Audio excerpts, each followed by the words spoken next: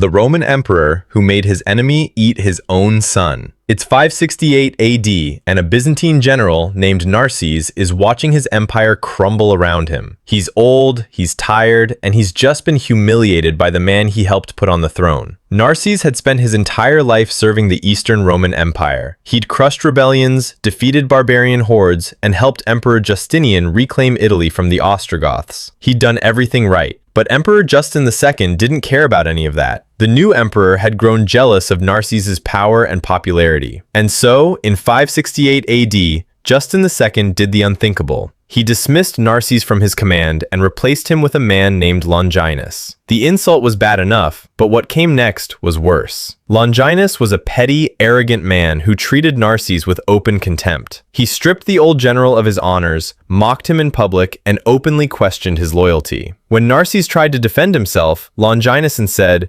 "You are nothing but a eunuch." Narses had been a eunuch since childhood. It was a deep wound that had never fully healed, and now this upstart was using it against him. The old general did something no one expected. He didn't fight back. He didn't defend himself. He simply bowed his head and said, "I will go to Constantinople and explain myself to the emperor." The courtiers laughed. They thought they'd broken him. But Narses had one last move. He turned to the Lombards, a fierce Germanic tribe that had been raiding Roman territory for years, and he sent them a message. "Come to Italy. The empire is weak. The spoils are yours." Then he sat back and watched. The Lombards poured into Italy like a flood. They burned cities. They slaughtered civilians. They destroyed everything the Romans had spent decades rebuilding. Longinus was helpless. The empire was in chaos. And Emperor Justin II lost his mind, literally going insane from the stress. Narses eventually made his way to Constantinople. When the emperor's officials begged him to call off the Lombards, he simply said, "I have done nothing. I am just an old eunuch." The revenge was complete, but Narses wasn't finished. When one of the Lombard kings betrayed him, Narses invited him to a feast. The king arrived expecting a peace offering. Instead, Narses had his men drag the king into the banquet hall and force-feed him the roasted remains of his own 2 sons. The king screamed and vomited as he realized what he was eating. Narses watched with cold satisfaction, then ordered the king's eyes gouged out before having him thrown into a dungeon to rot. History doesn't tell us what happened to Narses in the end, but we know one thing for certain. He taught the world a terrifying lesson. Never humiliate a man who has nothing left to lose.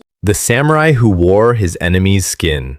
It's 1582, and Japan is tearing itself apart. The warlord Oda Nobunaga has just been betrayed and killed by his own general, Akechi Mitsuhide. But the revenge that follows makes Nobunaga's death look like a mercy killing. Nobunaga's most loyal retainer was a man named Toyotomi Hideyoshi. When Hideyoshi heard that his master had been killed, he flew into a rage. He gathered his army and marched to confront Akechi Mitsuhide, determined to avenge Nobunaga's death. The 2 armies met at the Battle of Yamazaki. Hideyoshi's forces crushed Mitsuhide's army, and the traitor was forced to flee. But he didn't get far. A group of bandits captured him and delivered him to Hideyoshi. Hideyoshi took one look at his master's murderer and ordered a punishment that would make the gods weep.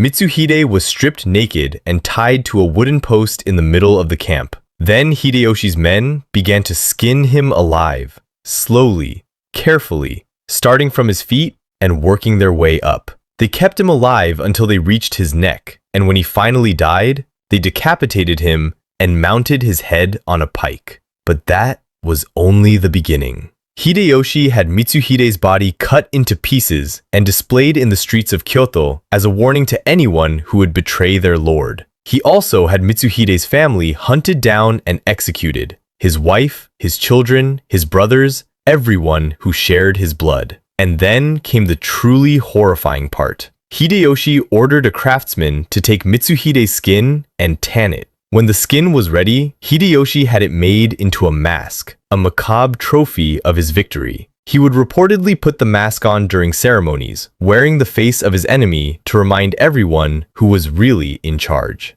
The mask eventually disappeared from history, but the story of Hideyoshi's revenge became legendary. It served as a chilling reminder to all samurai. Betray your lord, and you might just end up wearing your own face on someone else's head. The mother who killed her son's murderers with an axe. It's 1850, and a small village in rural Ireland is about to witness one of the most terrifying acts of revenge ever recorded. A young man named Michael O'Shea had been murdered by 3 local men. The reason? He'd refused to pay protection money to a local gang. His killers thought they'd get away with it. They were wrong. Michael's mother, Bridget, was a 62-year-old widow who had raised 6 children by herself. She was small, frail, and largely ignored by the community. But when she heard that no one would be charged for her son's murder, something inside her snapped. Bridget spent 3 months planning her revenge. She learned the routines of each killer. She studied their weaknesses.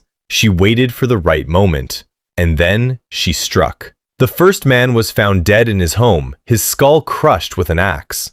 The second man's body was discovered in a field, his face unrecognizable. The third killer went missing entirely. His body was never found. The village was terrified. No one knew who was responsible. Rumors spread about a ghost, a demon, a vengeful spirit that would come for you in your sleep.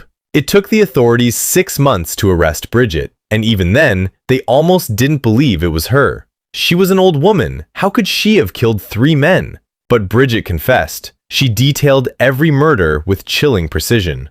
She told the police she had no regrets. "I would do it again," she said, 100 times over. Bridget O'Shea was sentenced to death, but she never showed remorse, not even as she stood on the gallows. Her final words were, "I'll see my Michael soon, and he'll know his mother avenged him." Her story became a dark legend in Ireland, a reminder that the most terrifying revenge often comes from the person you least expect.